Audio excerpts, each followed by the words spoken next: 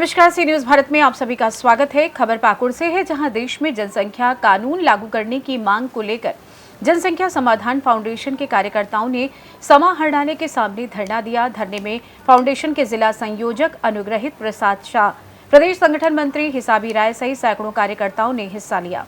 धरने के जरिए केंद्र सरकार ने से 2 बच्चों के लिए जनसंख्या कानून लागू करने की मांग की गई। वहीं धरने के बाद प्रधानमंत्री के नाम प्रेषित ज्ञापन डीडीसी इश्तियाक अहमद को सौंपा गया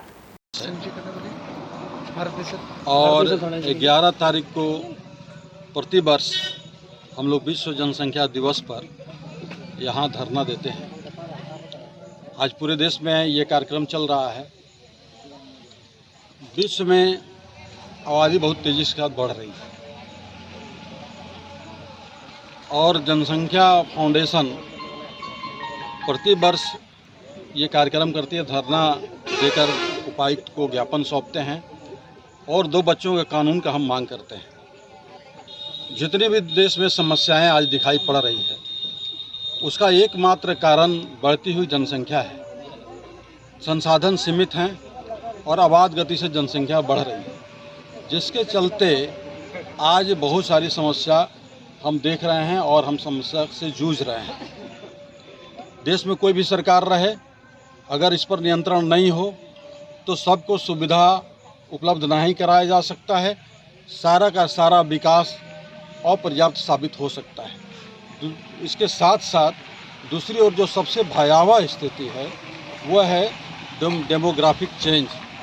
जो जनसंख्या का सांप्रदायिक असंतुलन जो हम देख रहे हैं अभी, ये सबसे बड़ा देश के लिए खतरा है और इसके कारण देश में जो लोकतांत्रिक व्यवस्था है ये खतरे में पड़ सकती है। साथ साथ देश का जो एकता और अखंडता है ये भी खतरे में पड़ सकती है। इसलिए देश में 2 बच्चों का कानून लाना बहुत आवश्यक है। आप जानते हैं कि जिस प्रकार आज देश में भीड़ बढ़ रहा है और जिस गति से विकास का काम चल रहा है वो अपर्याप्त साबित हो रहा है और जितना भी संसाधन आज देश में है वो सीमित संसाधन हैं, लेकिन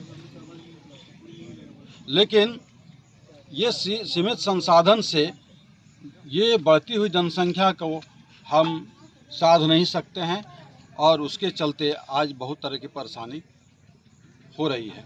डेमोग्राफिक के चेंज के चलते देश में लोकतंत्र खतरे में पड़ सकता है, धर्मनिरपेक्षता खतरे में पड़ सकता है और इसलिए ये कोई सांप्रदायिक मामला नहीं है जिसको सांप्रदायिक चश्मे से इसको नहीं देखना चाहिए।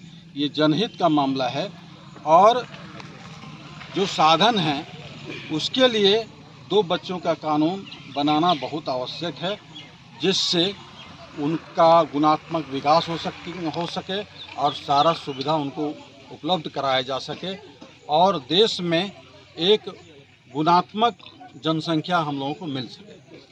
सर, इस तरह का आवाज़ उठ रहा है और इस बात को समझ रहे हैं कि सारे समस्याओं का जननी जनसंख्या वृद्धि है। इस पर रोक लगाना बहुत आवश्यक है। किसी ज़माने में आप जानते हैं कांग्रेस भी के नसबंदी का कानून, 2 बच्चों का कानून लाने का प्रयास किया था, लेकिन जब उनको वोट बैंक की चिंता हुई तो इसको स्थगित कर दिया। लेकिन राष्ट्रहित में इस कानून को बनाना परम आवश्यक है, तभी हम आगे बढ़ सकते हैं, देश मजबूत हो सकता है हमारा। आगे कितना बड़ा है सर आप लोग जो ये विषय संसद तक पहुंच गया है, राष्ट्रपति को भी ज्ञापन पहुंचा है, प्रधानमंत्री को भी दिया गया है और इस पर गंभीरता से विचार चल रहा है। हमें उम्मीद है कि आने वाले समय में इस विषय पर निश्चित रूप से कानून बनेगा और एक कड़ा कानून, 2 बच्चों का कड़ा कानून देश में लागू होगा। ठीक है। के तहत आज जनसंख्या समाधान फाउंडेशन के द्वारा आज पूरे देश में हर जिला मुख्यालय पर धरना दिया जा रहा है। इसी के तहत हम लोग आज यहाँ धरना दे रहे हैं पाकुड़ जिला इकाई की ओर से और हम लोग के लिए आज का दिन सबसे सुखद इसलिए है कि जिस मांग को लेकर जनसंख्या नियंत्रण कानून की मांग को लेकर हम लोग देश में हम लोग लड़ रहे थे विगत 11 वर्षों से, उसको हमारे आदरणीय प्रधानमंत्री नरेंद्र मोदी जी ने इसको सहजता से स्वीकार किया है। और मैं आपको याद दिला दूं, इसके पूर्व जो 2023 में बजट सत्र था, उसमें हमारे देश के वित्त मंत्री माननीय निर्मला सीतारमन जी ने इस पर एक प्रस्ताव लाया था कि जनसंख्या नियंत्रण कानून किस प्रकार से बनना चाहिए। एक समिति उसकी बनाई गई थी, जिसको उच्च सदन को भेजा गया है, उच्च कमेटी को दिया गया है।